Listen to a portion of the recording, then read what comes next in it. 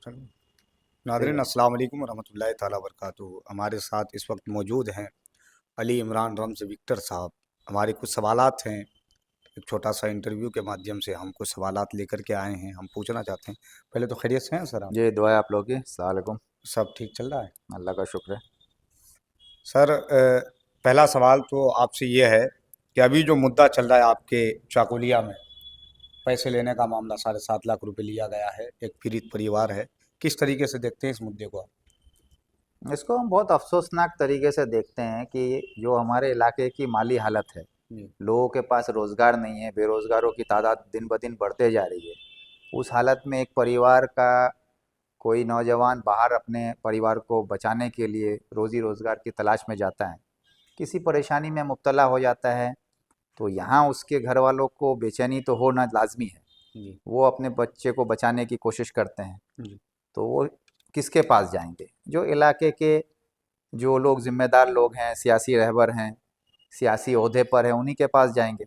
और जी। जब उनके पास जाते हैं तो हुकूमत में जो लोग हैं, जी। उसमें अफसोस के साथ कहना पड़ता है कि आज ममता बनर्जी जो स्लोगन देती थी, माँ माटी मानुषेर सरकार, तो आज ये नारा देकर आई, सच्चाई की मूरत बन के आई।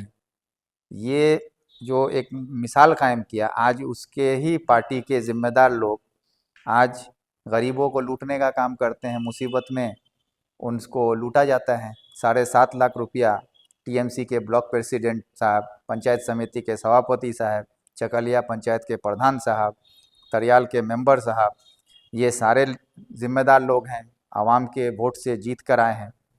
ऐसे लोगों को जिम्मेदारी के साथ उनके हक में काम करना चाहिए, बल्कि उनके साथ 7.5 लाख रुपया लूट लिया गया उनका। और आज बेचारे अपने बच्चे के लिए मतलब लाचार हालत में घूम रहे हैं इधर उधर। मेरे पास आए, उनका बेल करवाया गया। जी। बेल बॉन्ड 3 लाख रुपया भी लगेगा, जमा देना होगा। 3 लाख रुपया आज उनके पास नहीं है, क्योंकि 7.5 लाख रुपया देने के लिए अपना घर बार सब बेच चुके हैं वो। तो 3 लाख रुपया देने के लिए मैं भी हमारे एमएलए जनाब मिनाजुल अरफिन साहब से फरियाद किया हूँ कि आप अपने पार्टी के लोगों से 3 लाख रुपया इस परिवार को दिलवा दीजिए, ताकि वो अपने बच्चे को जेल से छुड़ा के ला सके। नहीं, उनका तो आरोप है सर टीएमसी की तरफ से कि आप खामखा जो है विक्टर साहब ऐसे मामलों को जो है अपनी राजनीति के फायदे के लिए इस्तेमाल करते हैं। देखिए, मेरे ऊपर इल्ज़ाम तो लगते रहते हैं, कौन क्या कहता है उसकी मैं परवाह नहीं करता। लेकिन रहा सवाल कि सच्चाई पर आवाज़ उठाने की कोशिश मैं करता हूँ। जो भी जुल्म होता है इलाके में, तो जालिमों के खिलाफ मैं खड़ा होने की कोशिश करता हूँ। अब इससे जालिमों को तकलीफ़ तो होना लाजमी है, लेकिन जिनके हक में मैं बोल रहा हूँ, वो अगर थोड़ी सी भी राहत उनको पहुँच जाए, तो ये मैं समझता हूँ कि मेरी सियासी ज़िंदगी में मैं जो करना चाहता हूँ, जी। उस काम को अंजाम देने में कहीं न कहीं मैं सही रास्ते पे हूँ। और रहा सवाल कि मेरे खिलाफ़ ये बयान दिया जाता है कि मैं आज बड़ा नेता हूँ, बंगाल का, हिंदुस्तान का नेता बन गया हूँ, तो मुझे इन पंचायत के में क्या हो रहा है, पंचायत समिति में क्या हो रहा है, इस पर मुझे बोलने की ज़रूरत नहीं है। अच्छा। तो ये बात जो लोग कहते हैं, उन लोगों को इतनी समझ होनी चाहिए कि एक सियासी रहबर जो है, हम्म। वो ज़मीन से लेकर ऊपर जितनी दूर तक उसकी आवाज़ पहुंचाई जा सके, उसको पहुंचाने की वो कोशिश करेगा। जुल्म चाहे चकलिया में हो, चाहे जुल्म दिल्ली में हो, हम्म। जालिम जहाँ भी हो, अगर मेरी आवाज़ वहाँ तक पहुँच सकती है, तो मैं अपनी आवाज़ चकलिया से भी उठाऊंगा, और दिल्ली में भी उठाऊंगा, बंगाल में भी उठाऊंगा। अच्छा, एक एलिगेशन आपके आपके ऊपर ये भी लगता है कि आप पिछले दौर में बड़ा काम क्यों नहीं कर सके, आवाम ने आपको क्यों हरा दिया? तो एक सियासत में हार जीत का तो कोई ये नहीं है, बड़े बड़े लोग हारे हैं। जी। इंदिरा गांधी भी चुनाव हार चुकी हैं, हम्म। ममता बनर्जी भी चुनाव हार चुकी हैं। तो ऐसे तो चुनाव जीतना हारना वो एक अलग चीज़ है, वो चुनाव का खेल है। लेकिन रहा सवाल कि मेरे दौर में कुछ बड़ा काम क्यों नहीं हुआ, हम्म। तो भाई हमेशा ये सवाल आता है कि 44 साल से एक ही परिवार रहा, उसमें मेरे वालिद का नाम, मेरे चचा का नाम, मेरा नाम जोड़ा जाता है। तो भाई इस इलाके में, ग्वालपोखर में, मेरे वालिद जब 20 साल एमएलए रहे, इस इलाके में एक भी पक्की सड़क नहीं हुआ करती थी। हम्म। मेरे वालिद साहब के वक्त ही में ये सारे जगह पर पक्का सड़क का काम शुरू हो गया। इस इलाके में सिर्फ 2 स्कूल हुआ करता था, एक तरियाल हाई स्कूल और एक मनोरा हाई स्कूल चकलिया में, और ग्वालपोखर में सिर्फ लोधन हाई स्कूल था। इस पूरे इतने बड़े इलाके में 3 हाई स्कूल था। आज आपको इस पूरे इलाके में कम से कम 50 हाई स्कूल मिल रहा है। तो ये सारा जो है ना, मेरे वालिद, मेरे चचा मरहूम और मेरे दौर में ही हुआ है। इस इलाके में आज आईसीडीएस वर्कर, आंगनवाड़ी हेल्पर जितने लोग काम कर रही हैं हमारी माँ बहनें, उनको 2010 में आखिरी बार जो अपॉइंटमेंट मिला है सरकारी तौर पर, वो मैं जब एमएलए रहा हूँ, चकलिया में 123 लोगों को अपॉइंटमेंट दिया और ग्वालपोखर में 117 लोगों को। तो आज वो माँ बहन आंगनवाड़ी में काम कर रही है। आज 15 साल में ममता की सरकार ने एक नया आंगनवाड़ी नहीं बनाया, एक नया आंगनवाड़ी वर्कर हेल्पर को नौकरी नहीं दे पाई है, आशा कर्मी नहीं दे पाई है। तो आशा कर्मियों को तो 10-10 हज़ार रुपये ममता की तरफ से ये दिए दस जो दस हजार रुपया ममता की तरफ से नहीं दिया जा रहा, ये सेंट्रल गवर्नमेंट का प्रोजेक्ट है। सेंट्रल गवर्नमेंट के तरफ से पूरे हिंदुस्तान में जितनी आशा वर्कर हैं उनके लिए 10,000 रुपया उनको मोबाइल खरीदने के लिए दिया जा रहा है, ताकि ऑनलाइन में भी वो अपना काम कर सकें। इसके वजह से उनको दिया जा रहा है। और यहाँ पर 10,000 रुपया उनके हक में आना चाहिए, तो उसमें उनको दिया जा रहा है 9,000 रुपया, और 1-1 हज़ार रुपया यहाँ पर ये लोग उसका कमीशन काट के ले रहे हैं। कटमनी 1,000 रुपया करके जमा लिया जा रहा है। ये भी सच्चाई है।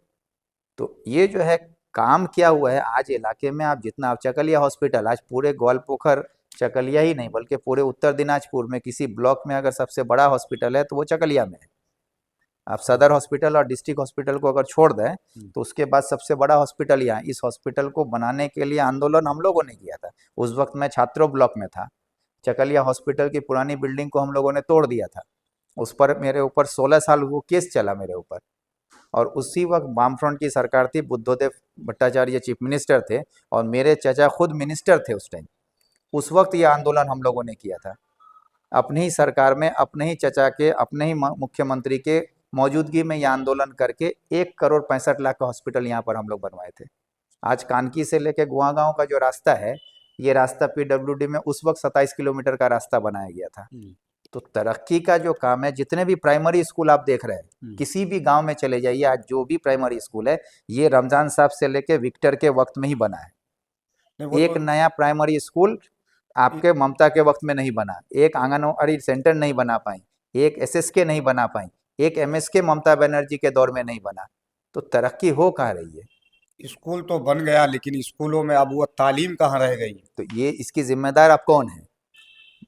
जब तक हमारे दौर में जो 44 साल का हवाला देते हैं, उस वक्त 3 स्कूल से चकलिया में 30 स्कूल बन गया, ग्वालपोखर में 1 स्कूल से 25 स्कूल बन गया, प्राइमरी स्कूल बन गया, हाई स्कूल बना, जूनियर हाई स्कूल, हाई मदरसा, सारे स्कूलों में टीचर थे, बच्चे थे, किताबें थी, सब कुछ था, बच्चों को तालीम मिल रही थी। आज जो भी तालीम याफ्ता लोग खुद को नेता बन के घूमते हैं, जो सवाल उठाते हैं 44 साल का, उनसे जाकर पूछिए कि उन्होंने तालीम किस दौर में हासिल किया है।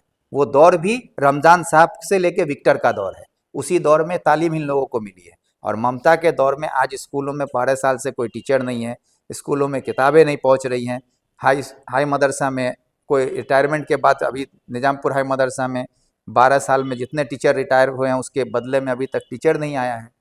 स्टूडेंट्स की तादाद बढ़ रही है, टीचरों की तादाद दिन ब दिन कम होती जा रही है। वो तो कहते हैं कि हम घर दे रहे हैं, चावल दे रहे हैं, और उनके तरफ से जो है जैसे अभी सिविक का जो है नौकरी वगैरह ममता बनर्जी की तरफ से मिला, तो क्या हमने तो बहुत कुछ दिया बंगाल के लोगों को। देखिए, अब एक थाना में आप जाइए, एक एक थाना में तकरीबन 500 करके सिविक वॉलेंटियर डाल दिया गया है। और थाना में एक पुलिस ऑफिसर को अगर आप लाते हैं तो उसको, उसके जो तनख्वाह देना पड़ता है, उस तनख्वाह में आप कम से कम 6 सिविक को पाल रही हैं। तो आप पुलिस जो आज जो कानून का इंतज़ाम कमज़ोर पड़ता जा रहा है, पुलिस कानूनन कार्रवाई नहीं कर पा रही है, गुंडागर्दी बढ़ रहा है, मर्डर हो रहा है, छिनताई हो रहा है, लूटपाट बढ़ रहा है। इसकी वजह यह है कि सरकार पुलिस नहीं रिक्रूट कर पा रही है और गांव के उन बच्चों को सिविक वॉलंटियर बना दिया जा रहा है। उन बच्चों के ज़रिए अब जो है, अब कानून का इंतज़ाम कंट्रोल करने के लिए उनके पास ट्रेनिंग नहीं है, उनको क्रिमिनल के साथ कैसे बात करना है, क्रिमिनल को कैसे कंट्रोल करना है, सोसाइटी में जो करप्शन बढ़ रहा है उसके खिलाफ क्या कार्रवाई करना है, इसके बारे में किसी को कोई नॉलेज नहीं है। इसके लिए बाज़ाब्ते पढ़ के ट्रेनिंग लेना पड़ता है। एक पुलिस को प्रॉपर ट्रेनिंग के ज़रिए एक पुलिस ऑफिसर बनाया जाता है, वो सारा सिस्टम को ख़त्म कर दिया गया है। तो लॉ एंड ऑर्डर कंट्रोल कैसे होगा? पुलिस के हाथ में अब कुछ रहा नहीं। पुलिस को सिर्फ ये टीएमसी का कहिए तो हर थाना का जो आईसी है वो अभी तृणमूल का ब्लॉक प्रेसिडेंट बना हुआ है। थाना का जो ब्लॉक प्रेसिडेंट बन के वही पार्टी को चला रहा है। तो एक और सवाल है, ये लोगों की तरफ से है, और ख़ासकर हमने सुना है लोग कहते हैं कि विक्टर साहब पहले कहते थे कि हम इस पार्टी को नहीं छोड़ेंगे, पुरानी जो आपकी पार्टी थी, हम्म, फिर आपने चेंज करके कांग्रेस आपने ज्वाइन की, हम्म। आप कांग्रेस से एमपी इलेक्शन में भी लड़े। तो लोगों का सवाल है कि लोग कहते हैं कि उनको कांग्रेस नहीं बल्कि टीएमसी करना चाहिए था, टीएमसी में आना चाहिए था। तो कहीं लगता है आपको कि आपने जो है बहुत बड़ा मौका छोड़ दिया, बहुत बड़ा मौका आपके हाथ से निकल गया, आपको टीएमसी करना चाहिए था? नहीं, मौका छोड़ने की बात या उसका अफसोस तब होता जी। कि मैं मौका परस्त होता तब। जी। मैं मौका परस्त आदमी नहीं हूँ, मैं उसूल पसंद आदमी हूँ। मैं फॉरवर्ड ब्लॉक पार्टी के साथ जब से था, क्योंकि मेरे वालिद मेरे चचा सब फॉरवर्ड ब्लॉक में थे, पैदाइशी फॉरवर्ड ब्लॉक घर में हो गया, तो मैं भी फॉरवर्ड ब्लॉक बन गया। हम्म। लेकिन जब हमारे पार्टी के जनरल सेक्रेटरी जनाब अशोक घोष हम्म। का इंतकाल हो गया, उसके बाद पार्टी की जिम्मेदारी नौरेन चैटर्जी के हाथ में आई, जो अभी फॉरवर्ड ब्लॉक के जनरल सेक्रेटरी हैं। उसके बाद ये देखा गया कि फॉरवर्ड ब्लॉक पार्टी की जो उसूल है, उस उसूल पे जो पार्टी कर रहे थे हम लोग, उस उसूल को ये कहीं ना कहीं सही से लेके चल नहीं रहे, बल्कि ये कहीं अपने आप को बीजेपी के साथ जोड़ने की बात कर रहे हैं, कभी टीएमसी से जोड़ने की बात कर रहे हैं। तो इस माहौल में कहीं न कहीं मुझे लगा कि जिस उसूल पर हम लोग लड़ना चाहते हैं, नहीं। ये उस उसूल पे ये पार्टी नहीं है। उसके बाद पार्टी के अंदर बगावत हुई। फिर मैं अपनी तौर पर जब मुझे ये हुआ कि इसमें रह के नहीं किया जाएगा, तो मैंने एक अपने आज़ाद हिंद मंच बनाया और 1.5 साल तक मैं आज़ाद हिंद मंच को लेके पूरे बंगाल में चला। उसके बाद जब ये चुनाव सामने आने लगा, तो लोगों में सवाल हुआ कि भाई अब चुनाव है, हम लोग क्या करेंगे? तो मुझे लगा कि चुनाव में लोगों को भाई चुनाव लड़ने के लिए एक सिंबल चाहिए। तब हम लोग बैठे, पूरा उत्तर दिनाजपुर ज़िला, साथ में पूरे बंगाल में जहाँ जहाँ भी मेरे साथ लोग जुड़े हुए थे, सबका ये फैसला हुआ कि हम लोग को कांग्रेस में जाना चाहिए। तो उसके बाद गए, और टीएमसी में जहाँ तक जाने का सवाल है, तो टीएमसी में मुझे जाने का मौका बहुत बार मिला है। ममता बनर्जी ने खुद मुझे दावत दी है, फिरहाद हकीम साहब ने दावत दी है। हर ऐसे ओहदेदार जो है आज टीएमसी में, जो जाने माने सस्ती हैं, जिनको लोग पहचानते हैं, ऐसा कोई नेता नहीं है जो मुझे ये नहीं कहा हो कि अब तुम टीएमसी में आ जाओ। लेकिन मैं नहीं गया, क्योंकि मैं उनकी हालत को देखता हूँ। आज फिरहाद हकीम की हालत को देखकर कहीं ना कहीं मुझे अफसोस होता है। फिरहाद हकीम साहब पूरे बंगाल में मुसलमान का बहुत बड़ा नेता है, नाम दिखाया जाता है, लेकिन वो एक भी काम मुसलमान के हक में नहीं कर सकते हैं।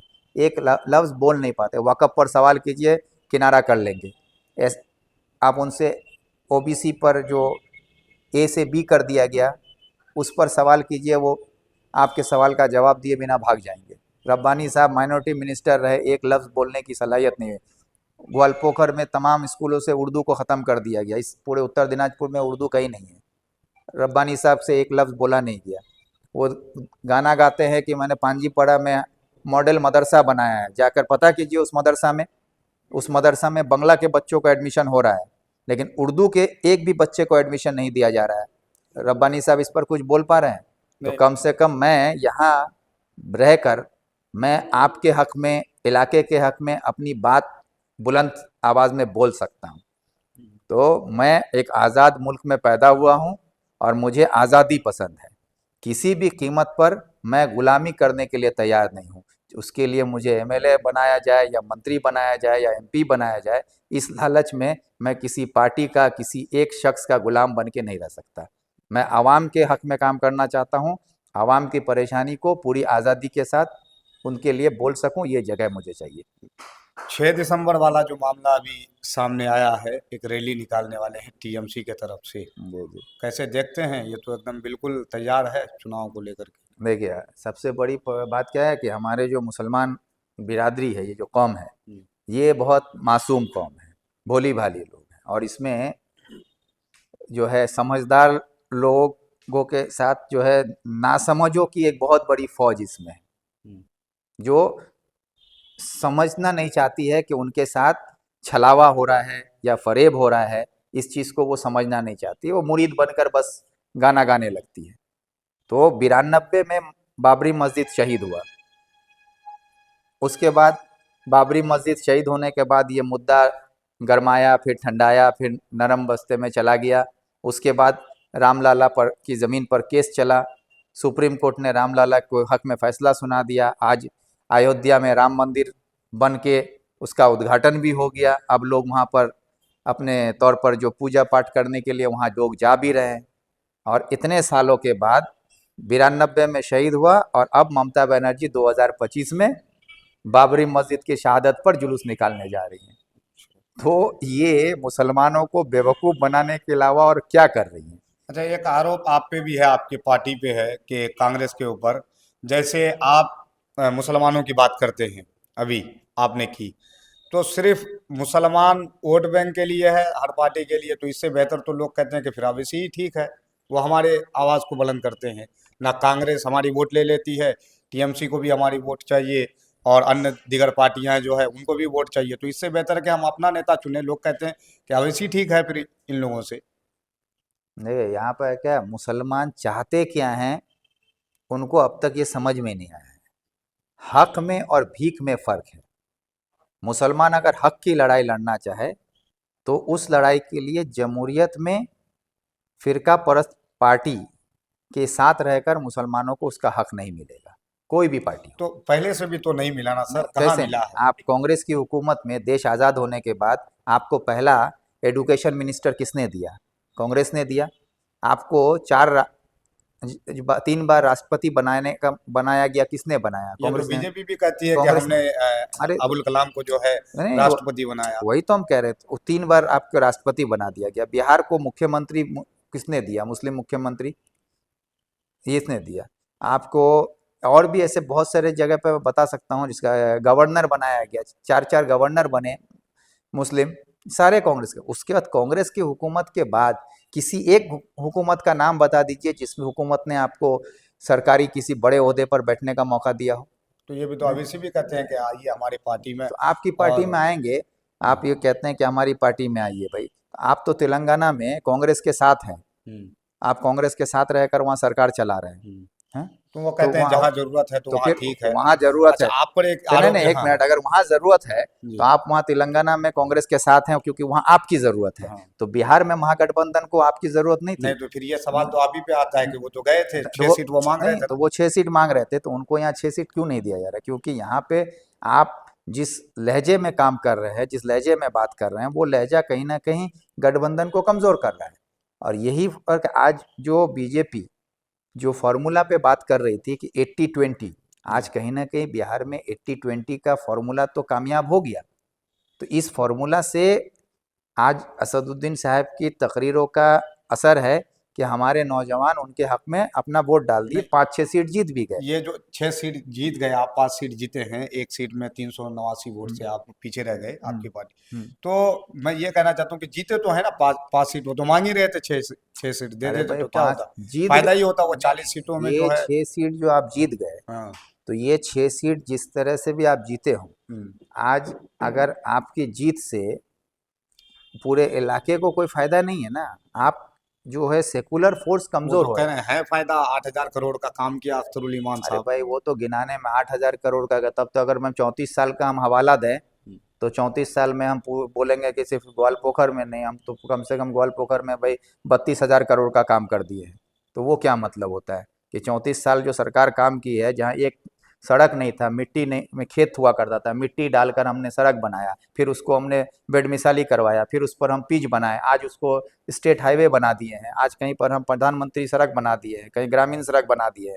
तो अगर इसको हम जोड़े तो 34 साल में का हवाला देके तो हम बोलेंगे 32,000 करोड़ का काम कर दिया। एक एमएलए 800 करोड़ का काम कर दिए हैं लाके सीमांचल में, ये बात अगर वो बोलते हैं तो ये उनके भाषण के लिए सही है, लेकिन इसमें सच्चाई क्या है ये भी तो समझना। एक आदमी 800 करोड़ अगर एक एमएलए काम करता है भाई, वो भी आप अपोजिशन में होके आप जी। बोलते हैं हम 800 करोड़ का काम करा दिए, तो वही 800 करोड़ का काम आप कर देंगे तो आपको किस हवाले से? सरकार का 800 करोड़ का बजट सीमांचल के लिए नहीं है।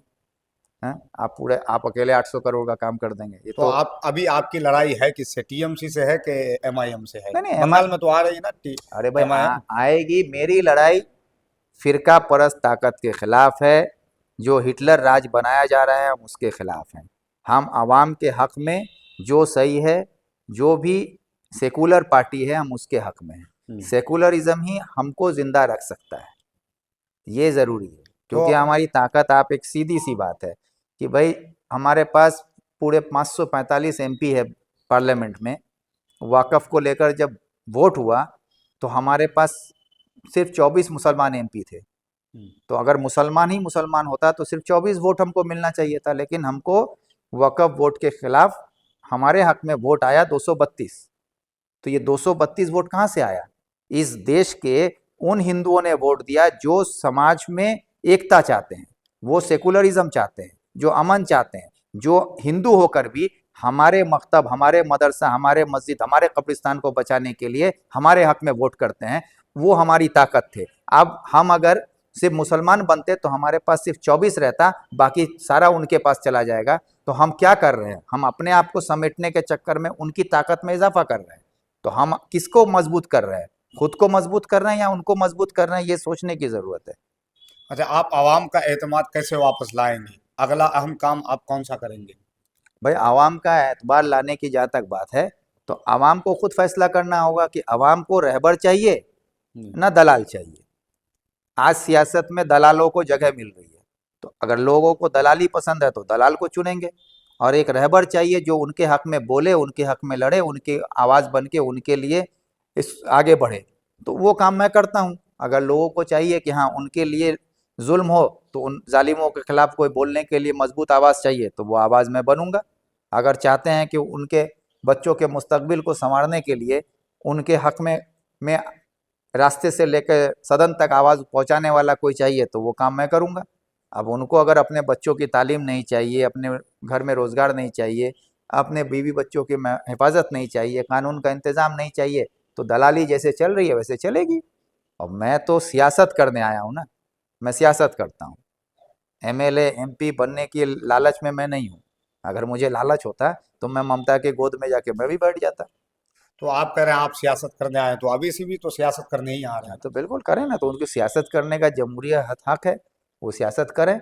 उनकी तकरीर से मैं भी मुतासिर होता हूँ कभी कभी, लेकिन मैं उनके तरीके से सहमत नहीं हूँ।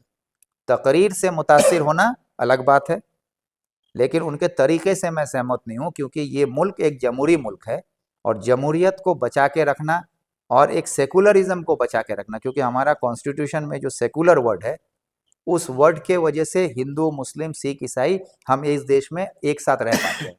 और उसी को मिटाने की कोशिश बीजेपी कर रही है।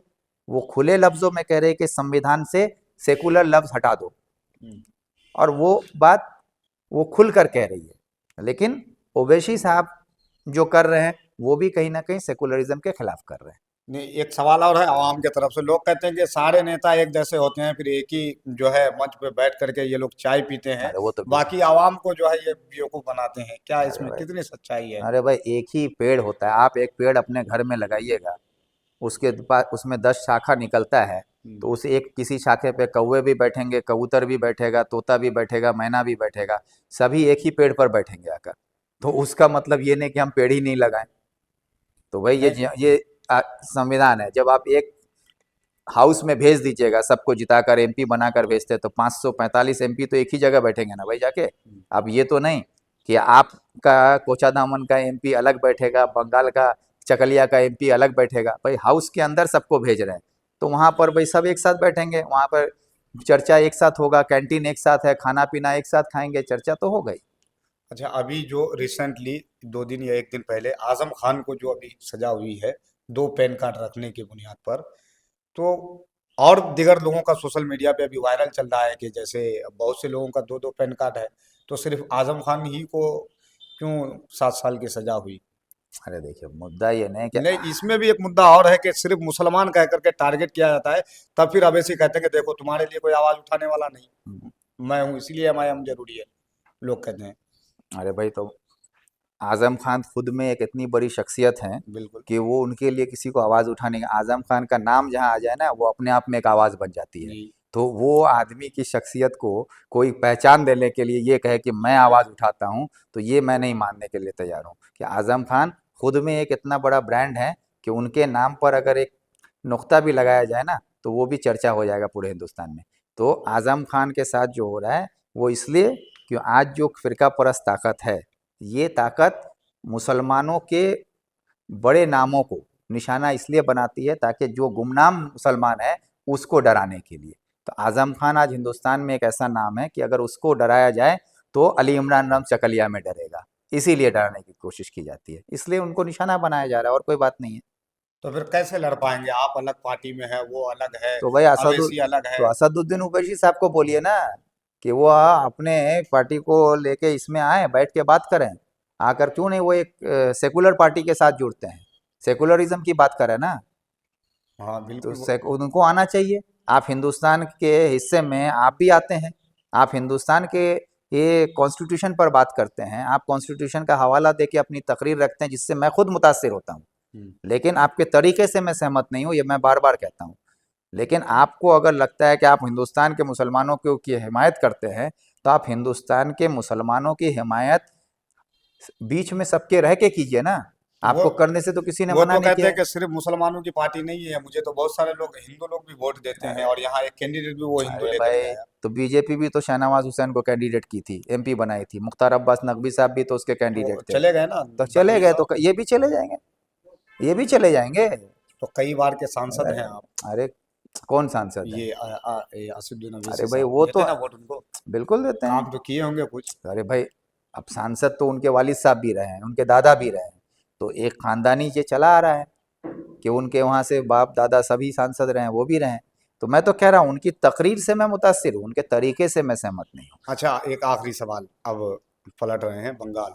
क्या मुद्दा रहेगा सबसे बड़ा मुद्दा अब की बार इलेक्शन में? यही कि अभी अगर यहाँ के लोकल मुद्दे में तो यही जो जो लोग हैं, जो अभी गरीबों को लूट रहे हैं, 7.5 लाख रुपया लूट लिए, ये तो एक मिसाल चकलिया में है। ऐसा मिसाल पूरे बंगाल में लाखों की तादाद में है। टीएमसी के लोग आम आवाम को लूट रहे हैं, इनके खिलाफ ये मुद्दा होगा। इन दलाल चोरों के खिलाफ लोगों को हम लोग जागरूक करेंगे। हमारे यहाँ बच्चों की अच्छी तालीम का जो इंतज़ाम था उसको दिन ब दिन ख़त्म कर दिया गया। प्राइमरी स्कूल से लेके हाई स्कूल तक सब टीचर्स नहीं हैं, बच्चों के तालीम का कोई इंतज़ाम ख़त्म होता जा रहा है, उस पर मुद्दा उठेगा। जो सेहत के लिए मुद्दा उठेगा, बेरोज़गारों पर मुद्दा उठेगा, पढ़े लिखों की नौकरी चली गई, 26,000 नौकरी खा गई ममता बनर्जी और उनके ये पैसे वसूलने वाले नेता लोग, उस पर मुद्दा उठेगा। तो ये सारा मुद्दा तो है, ज़मीन की दलाली बढ़ गई है। सरकारी ज़मीन जो है, वो सारी ज़मीनों को अब क्या कर रहे हैं कि सरकारी ज़मीन पहले ये लोग वेस्ट बोल के जाके खाली करवा लेते हैं कि ये सरकारी ज़मीन है, जो ग्वालपोखर में भी किया गया। घर उजाड़ दिया गया, उसके बाद उसी से कहा जाता है कि तुमको अगर रहना है तो तुमको 3 लाख रुपया कट्ठा देना होगा। अब ये बिजुलिया में, यहाँ पर चकलिया के बिजुलिया में कॉलेज के नाम पर ज़मीन दखल कर ली गई। अब उस ज़मीन को खाली करा लिया गया। अब उस ज़मीन पर जो लोग रहते थे उनको उजाड़ दिया गया। अब वहीं पे कहा जा रहा है कि 5 लाख रुपया कट्ठा दो, तुमको पोजीशन दे देंगे। तो ये क्या है? ये खुलेआम ज़मीन का माफिया हो रहा है। और इस माफिया के काम में कौन जुड़ा हुआ है? यहाँ के टीएमसी के नेता जुड़े हुए हैं, यहाँ का ब्लॉक जुड़ा हुआ है, यहाँ का एडमिनिस्ट्रेशन जुड़ा हुआ है, सब मिलकर ये काम कर रहे हैं। तो ये जो खेल है गरीबों को लूटने का, ये सारा मुद्दा रहेगा लोगों के लिए। स्टॉप करने के बाद है ना, स्टॉप